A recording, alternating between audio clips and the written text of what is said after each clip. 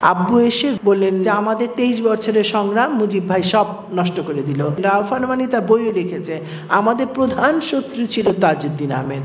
ওনারা তাজউদ্দিন আহমেদকে কিন্তু পাকিস্তান ভাঙার জন্য দায়ী করছেন। শিশু রাসেল, সে একটা নিষ্পাপ ছেলে, কিন্তু তার তো জাতীয় অবদান ছিল না। কিন্তু প্রত্যেকটা স্কুলে রাসেল কর্নার এখন কম্পালসারি গত 2 বছর ধরে। রাসেল কর্নার বদলে যদি কিশোর মুক্তিযোদ্ধা কর্নার করা হতো, বীরাঙ্গনা কর্নার করা হতো। এই জন্য আজকে বাচ্চারা বিভ্রান্ত, ওরা মনে করে এটা একটা শেখ পরিবারের গল্প, এটা রাসেল জামাল কামাল এনাদের গল্প, এটা আমার গল্প কই। তরুণরা বলেছে, এমনকি আমি জিজ্ঞেস করেছিলাম যে আপনারা 7ই মার্চের এটা নিয়ে কি তোমাদের চিন্তা। আমাকে বললো যে যেখানে শেখ পরিবার শেখ সাহেব ওই নামটাই আমাদের প্রজন্ম পছন্দ করে না। আরেক দল বলছে মাই গড, এটা তো মুক্তিযুদ্ধের বিরুদ্ধে কথা হচ্ছে। তা না, ওদেরকে তো মুক্তিযুদ্ধটা জানতেই দেওয়া হয়নি, তাহলে ওন করবে কিভাবে? তার মানে কত তথ্য আমাদের কারচুপি করে লুকিয়ে রাখা হয়েছে একটা বয়ান সেটাকে তুলে ধরার জন্য। সেনাবাহিনী যে নুরুল হককে উঠিয়ে নিয়ে গেল ট্রান্সমিটার বলে, আমাদের ইতিহাসে কোথায় সে নুরুল হকের কাহিনী? কিন্তু এখানে এটাই বলছি যে শুনে মনে হচ্ছে উনি হয়তো নিজ তাগিতে বঙ্গবন্ধুর হয়ে ওই ভাষণটা দিয়েছিলেন। আর আরেকটা হচ্ছে পার্লামেন্টে 72-এর পার্লামেন্টে তখন সমাজ কল্যাণ প্রতিমন্ত্রী নূরজাহান মুর্শেদ, ওনারা প্রশ্ন করেছিলেন যে Bangabandhu we want to know, কবে কোথায় আপনি কিভাবে স্বাধীনতা ঘোষণা করেছেন, আমরা জানতে চাই। এটার কারণ ছিল যেটা আপনি জিজ্ঞেস করলেন যে ওই নির্দেশনা উনি যে দিবেন কিনা, ওটা তো উনি তাজউদ্দিন আহমেদকে মানাই করে দিলেন। তাহলে কোথা থেকে স্বাধীনতা ঘোষণাটা কে কীভাবে দিল? তখন উনি বললেন যে এটা আপনারা 72-এর সংসদীয় বিবরণীতে পড়েন, উনি বললেন যে এটা আমি ইপিআরে বলে দিয়েছিলাম যে স্বাধীনতা ঘোষণা, ইপিআর তখন ট্রান্সমিট করেছে। এটা বঙ্গবন্ধুর কথা। আমি সবারটাই আমরা শুনছি, শুনে এখন আপনারা নির্ণয় করেন কি ঘটনা। কিন্তু দুঃখের বিষয়, একটা মানুষ, একজন ইঞ্জিনিয়ার, তার দায়িত্বে এত বড় কাজটা করলেন, ওনার নামটা আমরা জানিও না কেউ। মানে এই যে একটা কাহিনী আমাদের, তার মানে কত তথ্য আমাদের কারচুপি করে লুকিয়ে রাখা হয়েছে একটা বয়ান সেটাকে তুলে ধরার জন্য। কিন্তু ওটা কিন্তু ঠিক না, ইতিহাসটাকে ছড়িয়ে দিতে, তথ্যটা শেয়ার করা উচিত। আর সেকেন্ড হলো যে আব্বু যখন আম্মাকে বললেন, এটা তো ধরেন 7:30টার দিকে আম্মাকে বললেন যে লিলি আমি যাচ্ছি, আমি মুজিব ভাইয়ের সাইনটা নিয়ে আসবো, আর ওই ছাত্ররা প্রস্তুত। যেই ছাত্রটাকে খুব গোপনে উনি ঠিক করে রেখেছিলেন যে রাত 12টায় মুজিব কাকু ওনারা আন্ডারগ্রাউন্ডে চলে যাবেন 10টা-11টার দিকে, আর ছাত্র রাত 12টায় এটা পৌঁছে দিবে ওই স্বাধীনতার ঘোষণা হোটেল ইন্টারকনে। তো আম্মা তখন ওই হামিদ সাহেব, যে আপনার এখন যে এনার্জি মিনিস্টার ছিল যে নসরুল্লাহ হামিদ, তার বাবা হামিদ সাহেব, উনি তখন এসছিলেন আম্মাকে নিয়ে নিরাপদ স্থানে নেবে। কারণ তখন ওনারা তো জানতেন যে একটা বিশাল ক্র্যাকডাউন হবে। আর রাউফ আরমানি অলরেডি বলেছে মুজিব বা অন্য কেউ তাদের মেইন প্রবলেম না। পর ভিডিওতে বলেছেন এই তাজউদ্দিন, আপনারা ভিডিওতে দেখেন, রাউফ আরমানি তার বইও লিখেছে, আমাদের প্রধান শত্রু ছিল তাজউদ্দিন আহমেদ। মানে ওনারা তাজউদ্দিন আহমেদকেই কিন্তু পাকিস্তান ভাঙার জন্য দায়ী করছেন। সেম কথাটা ভুট্টোও লিখেছে।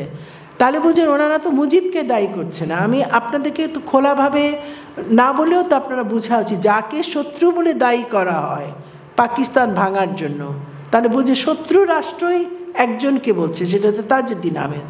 তো ওই তাজউদ্দিন আহমেদ উনি যখন, তখন আম্মা বললেন যে আমি তাহলে হামিদ ভাই আসছে, আমি তো আমাকে নিয়ে নিরাপদ স্থানে নেবে। আর আম্মা আমাকে আর রিমিকে আমার তাঁতিবাজার আমার খালার বাসি পাঠিয়ে দিয়েছিলেন। তখন আম্মু বললেন যে না, এটা তো 32 নম্বরে, বেশিক্ষণ লাগবে না, আমি চলে আসবো। তখন আম্মা বললেন ঠিক আছে, তাহলে তোমাকে আমি বিদায় দিয়ে আমি চলে যাব নিরাপদ স্থানে মিমি আর সোহেলকে নিয়ে। কিন্তু আম্মা দেখে 7:30, 8:30, 9:30, 9:15, আর তখন তো ওই অলরেডি মিলিটারিরা ব্যারিকেড দিয়েছে, রাস্তাঘাট শুনশান হওয়া আরম্ভ করেছে। তখন হামিদ সাহেব চলে যান, আম্মা একা বাচ্চাদেরকে নিয়ে। আব্বু এসে ভেরি আপসেট, উনি পায়জামা বদলে উনি লুঙ্গি পরলেন, বললেন ওই সোহেল যেটা বললো, খুবই আপসেট যে আমাদের 23 বছরের সংগ্রাম মুজিব ভাই সব নষ্ট করে দিল, যে উনি বাড়ির থেকে গেলেন না, আমি কনভিন্স করলাম, টেপ রেকর্ডার নিয়ে গেলাম ওনার কাছে, উনি একটা স্বাধীনতার ওই ঘোষণায় উনি সাইনও করলেন না, আমি আর যাব না। মানে উনি তো সবসময় বঙ্গবন্ধুর সাথেই উনি কাজ করেছেন, একত্রে তারা সিদ্ধান্ত নিয়েছেন।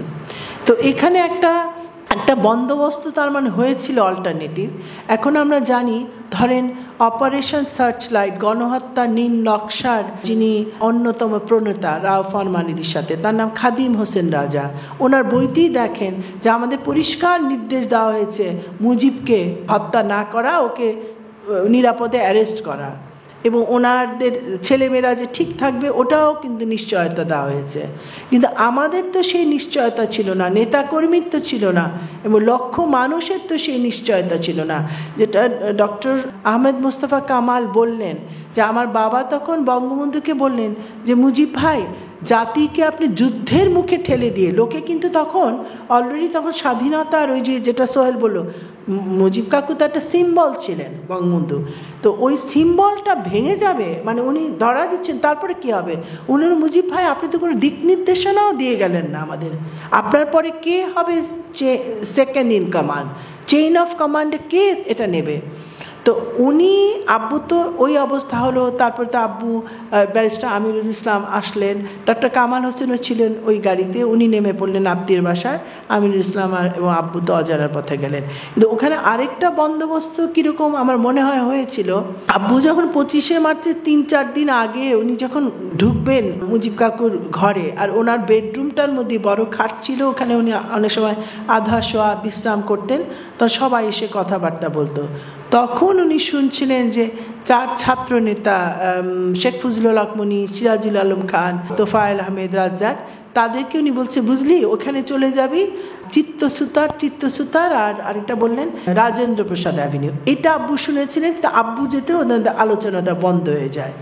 পরে ওনারা যখন বর্ডার ক্রস করলেন, ওটার আরেক কাহিনী, কিন্তু ওই যে বর্ডার ক্রস, ওনাদেরকে কেউ চেনে না, নির্দেশনা তো নাই, মানে কি করবে না করবে। তখন যে গোলক মজুমদার, বর্ডার সিকিউরিটি ফোর্সের সেকেন্ড ইন কমান্ড, ওনাকে বললেন যে দেখেন আমরা বর্ডার ক্রস করবো একভাবেই, আমরা স্বাধীন রাষ্ট্রের, সার্বভৌম রাষ্ট্রের প্রতিনিধি হিসাবে আমরা আপনাদের আশ্রয়ে যাব, নতুবা আমরা ভিখারির বেশে আমরা আপনাদের আশ্রয় প্রার্থী না, ওই মর্যাদা দিয়ে যদি আমাদের গ্রহণ করা যায় আমরা যাব। মানে ওই প্রারম্ভে উনি একটা সমতার একটা ক্ষেত্র সৃষ্টি করলেন ভারতের সাথে। তারপরে তখন তাজউদ্দিন আহমেদ বললেন যে আমি একটা শুনেছিলাম চিত্তসুতা রাজেন্দ্র প্রসাদ অ্যাভিনিউ একটু খুঁজে বের করা দরকার। আমি এটা আবার ক্রস চেক করেছিলাম বিএসএফের গোলক মজুমদারের সাথেও, এবং বিএসএফ নিরাপত্তা অফিসার শরদিন্দু চট্টোপাধ্যায়ের কাছেও, আর ব্যারিস্টার আমির ইসলাম তো এটা লিখেছেন ওনার বইতেও, যে ওনারা হন্যে হয়ে রাজেন্দ্র প্রসাদ অ্যাভিনিউ খুঁজে খুঁজে বার করলো। 21 রাজেন্দ্র প্রসাদ অ্যাভিনিউ, ওটা ভারতীয় গোয়েন্দা বাহিনী রয়ের একটা সেফ হাউস, এবং ওইখানে ওই শেখ ফজলুল হক মনি, এরা মণি বাবু, সরোজ বাবু এ ধরনের নাম দিয়ে, তোফায়েল আহমেদ, তপু বাবু এরকম নাম দিয়ে ওনারা ওখানে তো আছেন। আর চিত্তসুতার 73-এ উনি বরিশাল থেকে উনি এমপি হয়েছিলেন আওয়ামী লীগের টিকিটে। এখন চিত্তসুতার কালীনাথ বৈদ্য, ওনারা ইন্টারেস্টিংলি ওই সময়ে কিন্তু ভারতীয় গোয়েন্দা বাহিনীতে হিন্দুত্ববাদীদের কিন্তু আরএসএস ঘরানার মানুষজন কিন্তু প্রবেশ করে। এটা আমি কিন্তু বিএসএফের ওনারাও কিন্তু বলছিলেন, মানে ভারতীয় প্রশাসনেরও তো অনেক লেভেল থাকে, এটা কিন্তু অনেকে এটা পছন্দও করছিল না। আর দক্ষিণপন্থী ওই রাইটিস্টরাও কিন্তু ওই সময় ঢুকছিল। এটা একটা আলাদা বন্দোবস্ত কেন, এটা কিন্তু খুব আমাদের জাতির জন্য খুব ভালো হয়নি। ওই সময় ওদের প্ল্যানটা ছিল, আমি আবারও ওই ডিক্লাসিফাইড ডকুমেন্ট এখন আপনারা নিজেরাই পাবেন, তো আপনারা দেখবেন স্টেট ডিপার্টমেন্টের সাথে ইন্ডিয়ার কি কথা হচ্ছিল। তখন ছিল যে পাকিস্তান ওনারা ভাঙবেন না, এটা কিন্তু ইন্ডিয়ারও ওটা প্ল্যানটা ছিল না। এক পাকিস্তান কাঠামোর মধ্যেই যদি ধরেন শেখ সাহেবের মতো একজন খুবই তার বিরাট ব্যক্তিত্ব, সুন্দর কথা বলেন, কিন্তু ফ্রেন্ডলি টু ভারত, এরকম যদি আসে তাহলে এটা রক্তক্ষয় হবে না, যুদ্ধ টুদ্ধ তো পরের কথা। এটা বেটার, ভারতের জন্য বেটার যে একটা ফ্রেন্ডলি আর একটা দুর্বল পাকিস্তান করা যাবে এটার মধ্যে দিয়ে। এগুলো কিন্তু আমি ভারতীয়দের লেখা দিয়ে কিন্তু পাচ্ছি। আপনারা জে.এন. দীক্ষিত, চন্দ্রশেখর দাশগুপ্ত, স্টেট ডিপার্টমেন্টের আলোচনাগুলো দেখলেই আপনি বুঝবেন। আর এটা যদি পুরা পাকিস্তানটাকেই তারা কিন্তু তার নিয়ন্ত্রণে নিয়ে আসতে পারে বা প্রভাব বিস্তার করতে পারে। আর একটা যুদ্ধে কি হবে না হবে, ভারতের পাশে তো তখনও কিন্তু সোভিয়েত ইউনিয়ন আসে নাই। ভারতের দুই পাশে দুইটা শত্রু রাষ্ট্র, পাকিস্তান আর চায়না। হ্যাঁ বলছি, হ্যাঁ ওটা আসছে। আর আরেকটা হচ্ছে তখন ধরেন আমরাই যখন বর্ডার ক্রস করলাম দেখলাম তখন ওই যে কংগ্রেস, নকশালাইট বামপন্থীদেরকে আবার তখন সরকাররা তখন তাদেরকে অ্যারেস্ট করছে, বন্দি করছে। এটা একটা ছিল যে ওটার দিকেও চলে যেতে পারে অস্ত্রগুলো। আর মণিপুর, নাগাল্যান্ড, তারপরে আপনার ধরেন খালিস্তান, কাশ্মীর, এগুলোও তখন ধরেন স্বাধীনতা ঘোষণা করে দিতে পারে। তাহলে এটা জন্য সবচেয়ে সেফ হবে পাকিস্তান কাঠামোর মধ্যে ভারতের প্রতি বন্ধুত্বপূর্ণ একটা সরকার রাখা। কিন্তু আব্বুরা জনগণের ভাষাটা শুনেছিলেন। জনগণ তো ওই মুহূর্তে স্বাধীনতার জন্য তখন রেডি হয়ে গেল। যখন নির্বিচারে যখন মারা হলো, হত্যা করা হলো হাজার হাজার লাখো লাখো মানুষ, মানে আমারই তো 11 বছর বয়সে আমার মনে হয় যখন আমরা দৌড়াচ্ছিলাম, আমার ফার্স্ট এটা হলো, আমাকে বললো চোখ বন্ধ করে শুধু মানে অতিক্রম করো, এত এত লাশের পাহাড়। আমরা ছিলাম তাঁতিবাজারে, তো এটা তো চোখের সামনে। আমার 11 বছরে মানে আমার মনে হয় সেই সময় আমার 21 বছর হয়ে গেছিলো এক লহমায়। কারণ আমাকে বলা হচ্ছিলো চোখ বন্ধ করে জাস্ট একেবারে স্তূপ, সবাই রাস্তার মধ্যে নাগরমহল সিনেমা হলে ওখানে মানুষ আশ্রয় নিয়েছিল, ওখানে আগুন জ্বালিয়ে দেয়। তখন হাজার হাজার মানুষ যখন ওই বাচ্চা শিশু নিয়ে বার হয়ে আসে সিনেমা হল থেকে, নির্বিচারে গুলি, এবং অনেক ওই গুলি অবস্থায় আগুন আলা অবস্থায় আমাদের বাসার, আমার খালার বাসার দেয়াল টেপকে ওখানে আশ্রয় নেয়। তো এটা তো চোখেই দেখা। তো তখন তো জনগণ তখন রেডি, মানে তখন তো একটা প্রশ্নই ওঠে না।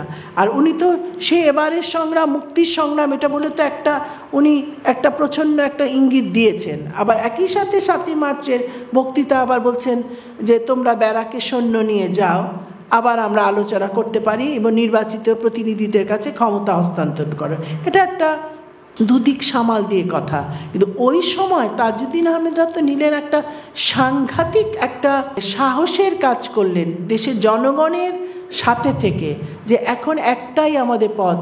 এভাবে করলো সেভাবে করলো, আমরা তো সব নেগোসিয়েশন করলাম, ওদের সাথে আলোচনা করলাম, তারপরে ওরা জাতির উপর একটা যুদ্ধ, গণহত্যা চাপিয়ে দিল। এদের সাথে আর তো কোনো আলোচনার পথ তো বন্ধ হয়ে গেল।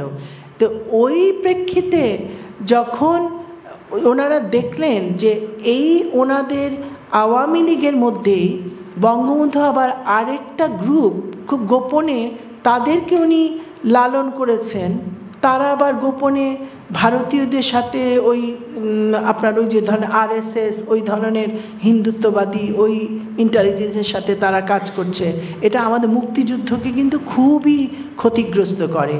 এবং ওটার ধারাবাহিকতা আমরা দেখি যে আপনার মুজিব বাহিনী গঠন হয়, সেই ওদেরকে দিয়ে, যেটা BLF আগে ছিল, তারপরে ওটা হয় মুজিব বাহিনী, এবং তারা মুক্তিযোদ্ধাদের উপর আক্রমণ করে। এবং একই সাথে তারা আবার বলে যে আমাদের যুদ্ধ কিন্তু এখন না, পরে, মানে বামপন্থীদেরকে ওদেরকে দিয়ে নিধন করা হবে। ওনারা হয়তো ভয় করছে এটা ভেঙে যাবে। না, ভেঙে যাবে না। একটা সময় বঙ্গবন্ধুর তো একটা জায়গা আছেই, উনি একটা সিম্বল হয়েছিলেন, ওই জায়গাটা উনি থাকবেন। কিন্তু এর পরের যে কর্মকীর্তিগুলো, ওটা নিয়ে মানুষের কিন্তু তখন আলোচনা সমালোচনা হবে, ওই জায়গাটা করে দেওয়াটা দরকার। ধন্যবাদ। আমি মনে করি যে আমাদের সেই সময়কার প্রেক্ষাপটটা বুঝতে হবে যে বাংলাদেশ বা পূর্ব বাংলার মানুষ সে সময় কিন্তু একেবারে ঐক্যবদ্ধ। কারণ একটা মানুষের সবচেয়ে মূল্যবান সম্পদ হচ্ছে তার মর্যাদাবোধ। তো একটা জাতি গোষ্ঠী হিসাবে যখন মর্যাদাবোধের উপর আঘাত আসে, এটা সেই জাতিগোষ্ঠীকে ইউনাইটেড করে ফেলে। এবং আমরা যদি ইতিহাসের সেই পর্বটা দেখি, পশ্চিম পাকিস্তানিরা আমাদেরকে মানুষ হিসাবে গণ্য করেনি, তারা আমাদের উপরে উপনিবেশিক শাসন চালিয়ে দিয়েছে এবং ন্যায় নীতি সব কিছু বিসর্জন দিয়ে অন্যায় অত্যাচারের একটি শাসন ব্যবস্থা কায়েম করেছিল। তো স্বাভাবিকভাবে প্রত্যেকটা বাংলার মানুষের মর্যাদা বা আত্মমর্যাদার উপর আঘাত আসে। তো সেই আঘাতের ফলেই কিন্তু আমরা ঐক্যবদ্ধ হই এবং এই স্পিরিটটা গড়ে ওঠে যে স্বাধীনতা, আমরা মুক্তি চাই। হ্যাঁ, এটা স্বাভাবিক, এটা হিউম্যান নেচার। আপনাকে কেউ ছোট করলে, কটাক্ষ করলে কিন্তু you will have a reaction. So এটা জাতিগতভাবে রিয়াকশনের কিন্তু চিত্রটা আমরা দেখি আমাদের স্বাধীনতা সংগ্রামের মধ্যে। সো বাঙালি অফিসার এবং সৈন্য যারা ছিলেন তারা তো এই মেরুকরণেরই অংশ ছিল, তাদের আত্মমর্যাদার উপরেও তো আঘাত এসেছিল। সো যেহেতু এখানে আমার জানা মতে, আমি যতটুকু জানি, বড়াপা এটাতে অ্যাড করতে পারেন, এরকম কোনো দিক নির্দেশনা ছিল না। কিন্তু সেই প্রেক্ষাপটে অপারেশন সার্চলাইটে পাকিস্তানিরাও কিন্তু একটা ভুল করেছিল। তারা কিন্তু নির্বিচারে গণহত্যাটা শুরু করে এবং ইপিআর এবং পিলখানা সহ আপনার রাজারবাগ পুলিশ লাইন্সে তারা নির্বিচারে হত্যা শুরু করে। তখন অনেক ক্ষেত্রে দেখা গিয়েছে আত্মরক্ষা এবং সেই যে স্বাধীনতার একটা যে উদ্বুদ্ধ হয়েছিল, বিচ্ছিন্নভাবে তারা রেবেল করতে থাকে। ঠিক আছে, তো একটা পর্যায়ে চলে আসে, এই রেবেলিয়নটা ছড়িয়ে পড়ে এবং তারা they have cross the Rubicon, সেটাকে বলে। আমরা জানি যে জুলিয়াস সিজার একবার একটা নদী পার হয়ে গিয়েছিল। এনিওয়ে, ওর দিকে যেতে আমি আবার রোমান হিস্ট্রির খুব পছন্দ করি। So point of no return cross করে যায়। আপনি যেটা বললেন যে তাদের পরবর্তীতে বিচার হতো, কোর্ট মার্শাল করে ফাঁসি হতো। তো এই যে এখানে আমরা 25শে মার্চ 27শে মার্চের ভিতর একটা কেমন জানি একটা গ্যাপ দেখতে পাচ্ছি, যে কোনো সুনির্দিষ্টভাবে এই গ্যাপটার মানে এই সময়কালে কোনো নির্দেশনা আসেনি, যার ফলে আমরা দেখলাম সে সময় মেজর জিয়া উনিও কিন্তু চিটাগংয়ে একটা ঘোষণা দিয়েছিলেন ইনিশিয়ালি, যে উনি নিজেকে রাষ্ট্রপতি হিসাবে উনি ঘোষণা। আমার ব্যক্তিগত অভিমত হচ্ছে, একজন সেনা কর্মকর্তা হিসাবে উনি হয়তো ফিল করেছিলেন রাজনৈতিক নেতৃবৃন্দর কাছ থেকে যেহেতু কোনো ঘোষণা পাননি, তিনি নিজের উদ্যোগে সেই ঘোষণাটা দিয়েছিলেন। পরবর্তীতে অবশ্য সে সময় রাজনৈতিক নেতৃবৃন্দ ওনাকে আবার আরেকটি ঘোষণা করতে বলেন এবং তিনি ওটাও দিয়েছিলেন যে on behalf of our great leader Bangabandhu আমি স্বাধীনতার ঘোষণা করছি। তো এই যে এখানে যে একটা মানে কেমন জানি একটা ঘোলাটে অবস্থা, এটাও আমাদের ঘাটানো উচিত এবং জানা উচিত যে এই মিলিটারি কর্মকর্তাদের পরিস্থিতিটা কেমন ছিল, তারা কিভাবে উদ্বুদ্ধ হলো, তাদের কি কোনো নির্দেশনা ছিল কি না স্বতঃস্ফূর্তভাবে করেছিল। তো এখানে অনেকগুলো এলিমেন্ট আছে যেটা প্রভাবিত করে থাকতে পারে। তো এটাও আমার দাবি যে আমাদের এগুলো উন্মুক্ত করতে হবে, আমাদের এই ইনফরমেশনগুলো জানতে হবে এবং বিশ্লেষণ করার জন্য আমাদের ইনফরমেশনগুলো প্রয়োজন। এগুলো যদি আমরা আড়াল করে রাখি বা এগুলোকে যদি আমরা বিকৃত করি, তাহলে কিন্তু আমাদের যে সত্তা, আমরা যে আইডেন্টিটি পেয়েছি বাংলাদেশ জাতি হিসাবে, সেটা কিন্তু নষ্ট হয়ে যাবে। তো বড়াপা যদি কিছু অ্যাড করতে চাও। মুক্তিযুদ্ধের পূর্বাপার বইটা খুব গুরুত্বপূর্ণ, যেটা কামাল ভাই বললেন। আমি ওখানে তখন পূর্ব পাকিস্তান বাঙালি যে সেনা অফিসার, তাদের মধ্যে সবচেয়ে হাইয়েস্ট র্যাঙ্কিং ছিলেন, নামটা আমি ভুলে গেছি যদি আপনার মনে হয়, উনি ছিলেন আপনার কর্নেল, ফুল কর্নেল, মানে ব্রিগেডিয়ারের পরেই ফুল কর্নেল, এবং উনি ছিলেন সবচেয়ে হাইয়েস্ট র্যাঙ্কিং। উনি ধরেন জেনারেল জিয়া, মানে মেজর, তৎকালীন মেজর জিয়া রহমান, তারপরে ক্যাপ্টেন রফিকুল ইসলাম, ওনাদের থেকেও অনেক উপরের র্যাঙ্কে। না, উনি মশিউদ্দৌলা না, মশিউদ্দৌলা তো ছিল G2 অপারেশন, উনি মেজর ছিলেন আপনার ওই যে ইয়াকুব খানের পশ্চিম পাকিস্তানে। ইনি বাংলাদেশে পোস্টেড ছিলেন চিটাগংয়ে। এই জিনিসগুলো নিয়ে আমরা বেশ কিছু মানে কিছু গ্রুপ, মানে কিছু ব্যক্তিবর্গ, তার মধ্যে মুক্তিযোদ্ধারা আছেন, আমরা এই তথ্যগুলো নিয়ে আমরা 6টা ডকুমেন্টারি প্রডিউস করেছি। একটা হচ্ছে আপনার ধরেন জনযুদ্ধ, বীর চট্টলার যুদ্ধ, প্রথম বাংলাদেশ সরকার, তারপরে আকাশে মুক্তিযুদ্ধ, তারপরে আপনার 71-এর নৌ কমান্ডো, এরকম 6টা ডকুমেন্টারি আপনি দেখতে পারেন। এই ঘটনাগুলো অনেক ইম্পর্টেন্ট তথ্য আছে এটাতে। তো ওই ব্রিগেডিয়ার মজুমদার উনি কিন্তু বঙ্গবন্ধুর কাছে মেসেজ পাঠাচ্ছেন, ওনার নিজের লেখাতে উনি লিখছেন, উনি বারবার যে আমরা নির্দেশনা চাই। কারণ ব্রিগেডিয়ার মজুমদারের উপর দায়িত্ব দেওয়া হয়েছিল যে এই যে পীরজাদা এরা দায়িত্ব দিয়েছিল যে সোয়াত জাহাজ থেকে অস্ত্র খালাস করতে। আর উনি ওটাকে স্টল করছিলেন 1 দিন 2 দিন 7 দিন 8 দিন 10 দিন। উনি বলছে না আমাদের তো বিস্ফোরক বিশেষজ্ঞ লাগবে, এখানে তো অনেক ডিনামেট আসছে, খালাসিরা হয়তো ওরা যদি এটা খালাস করে হয়তো এগুলো একটা সেফটি ইস্যু হতে পারে, এই বলে উনি স্টল করছিলেন। আর উনি বললেন যে আমি ক্রমাগত আমাদের তখন তো সুপ্রিম লিডার বঙ্গবন্ধু, তার কাছে মেসেজ পাঠাচ্ছি, আপনি ইনস্ট্রাকশন দেন। কারণ ওনাদের প্ল্যানটাও উনি বলেছিলেন যে তখন গোদনাইল চট্টগ্রামের দিকে গোদনাইল ওইটা ছিল জ্বালানি, ওটা কিন্তু সে তেলের একটা বড় ঘাঁটি, ওইখান থেকে কিন্তু পাকিস্তানিরা বা সেনাবাহিনী ওখানে রিফুয়েল করতো, তেল ভরতো। তো ওইটার 4-5টা যদি ওরা কন্ট্রোলে নিয়ে নেয় বাঙালি সেনা অফিসাররা, আর এই সোয়াজ জাহাজ থেকেও অস্ত্রগুলো ওনারা না উত্তোলন করেন, বাঙালিদেরকে দিয়ে দেয়, তাহলে কিন্তু অচিরেই ওনারা পুরাটা কন্ট্রোলে নিয়ে নিতে পারবেন, এরকম একটা প্ল্যান ছিল। আর আরেকটা হচ্ছে যে এটা তো 25শে মার্চের আগের থেকে ওনারা বলছিলেন, কারণ আমি বললাম যে 7ই মার্চে এটার আমি আরেকটা তথ্য আমি পেলাম যে এই যে বাংলাদেশ ব্যাংকের গভর্নর ছিলেন একেন আহমেদ, ওনারা আমাকে একই কথা বলছিল যে ওই ফ্লাইটে 6ই মার্চে ওনারা ফিরোজা বেগমও পশ্চিম পাকিস্তানে আসে। তখন ফিরোজা বেগম বলছিলেন যে আমার একটা গুরুত্বপূর্ণ, আমার কাছে একটা খবর আছে, শেখ মুজিবকে পাস করতে হবে বঙ্গবন্ধুকে। ওইটা ওনার ভাইয়ের থেকে ওই মেসেজটা যে ক্র্যাকডাউন হবে, আমাদেরকে নির্দেশ চাই। আর এদিকে ওই মজুমদার সাহেব উনি যখন মেসেজ পাঠালেন তখন ওনারটা তো কোনো উত্তর পাচ্ছে না। এরপরে ক্যাপ্টেন আমিন আহমেদ চৌধুরীকেও পাঠিয়ে দিলেন, ওনারা উত্তর পান নাই, বলছে আলোচনা হচ্ছে।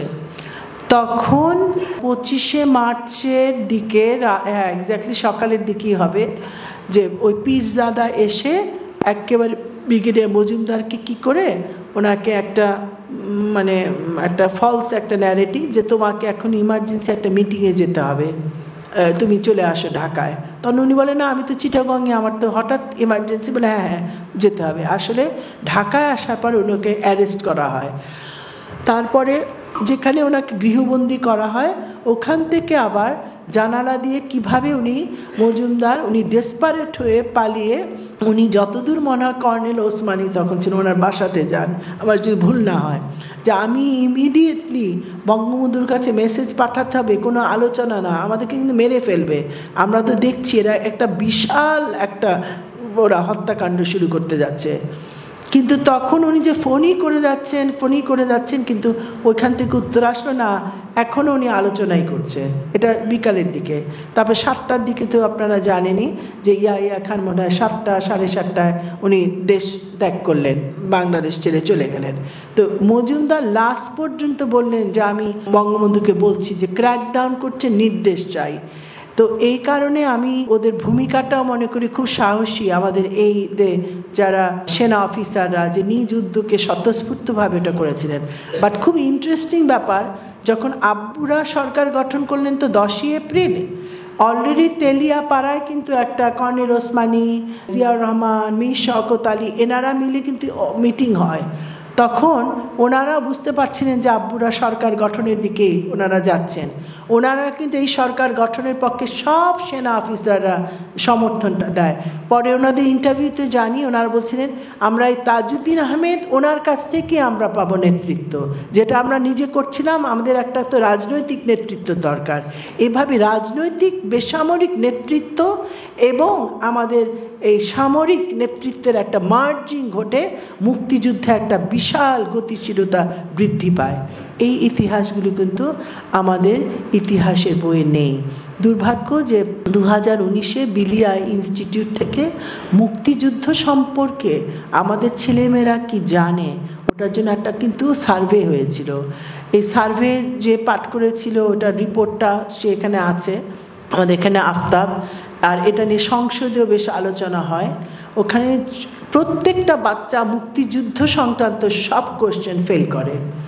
এটা মিডল স্কুল থেকে জুনিয়র হাই পর্যন্ত বলা হয়েছিল, বলেন তো 4 জাতীয় নেতা বলো তো কারা? বলেছে জেনারেল এরশাদ, জিয়া রহমান, খালেদা জিয়া, শেখ হাসিনা। তা বলছে যে মুক্তিযুদ্ধের বলো তো যে কে ছিল কমান্ডার ইন চিফ? বলে খন্দকার মোশতাক আহমেদ। তারপরে বলেছে যে রাজাকার মুক্তিযোদ্ধা কি পার্থক্য? বলে ওরা একই।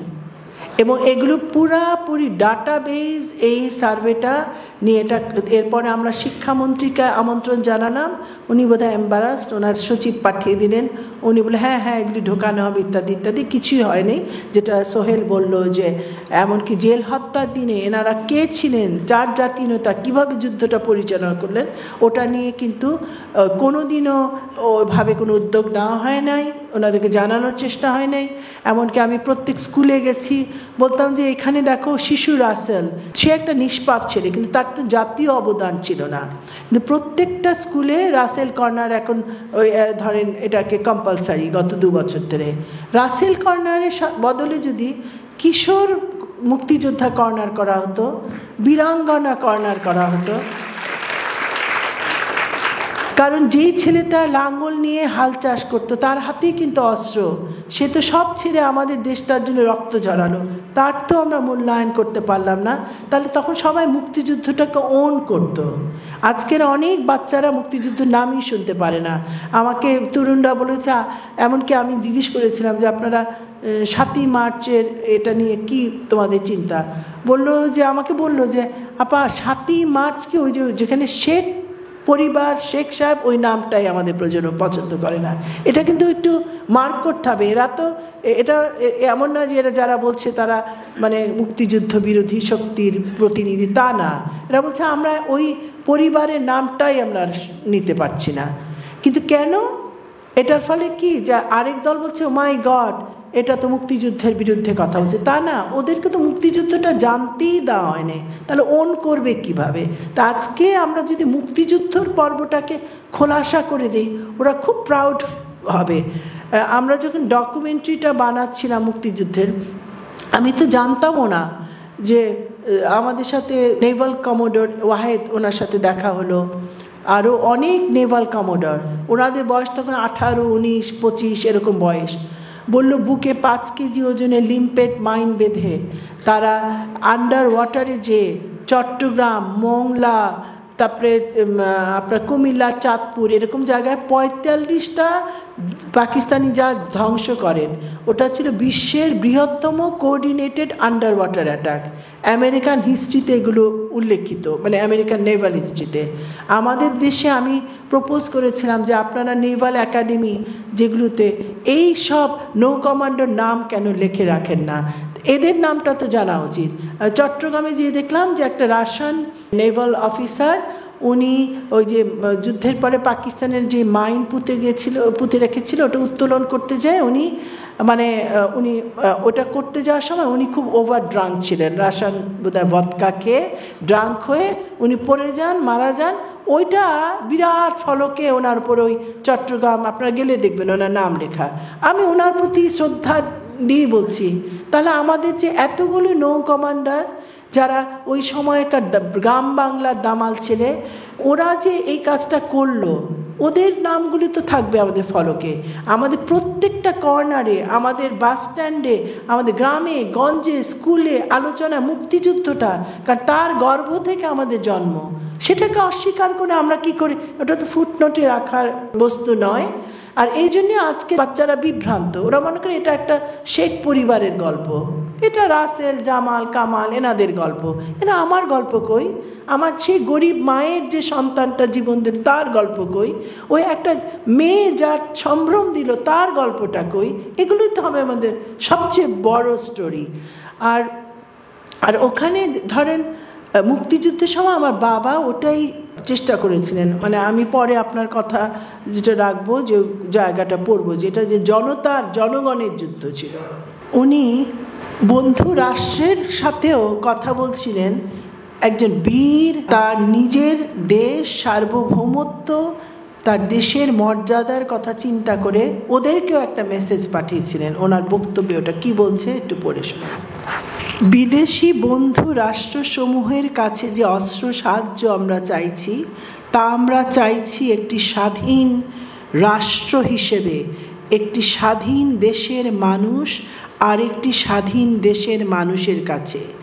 এই সাহায্য আমরা চাই শর্তহীনভাবে এবং আমাদের স্বাধীনতা সংগ্রামের প্রতি তাদের শুভেচ্ছা ও সহানুভূতির প্রতীক হিসেবে হানাদারদের রুখে দাঁড়াবার এবং আত্মরক্ষার অধিকার হিসাবে, যে অধিকার মানব জাতির শাশ্বত অধিকার, বহু বছরের সংগ্রাম, ত্যাগ ও তিতিক্ষার বিনিময়ে আমরা আজ স্বাধীন বাংলাদেশের পত্তন করেছি।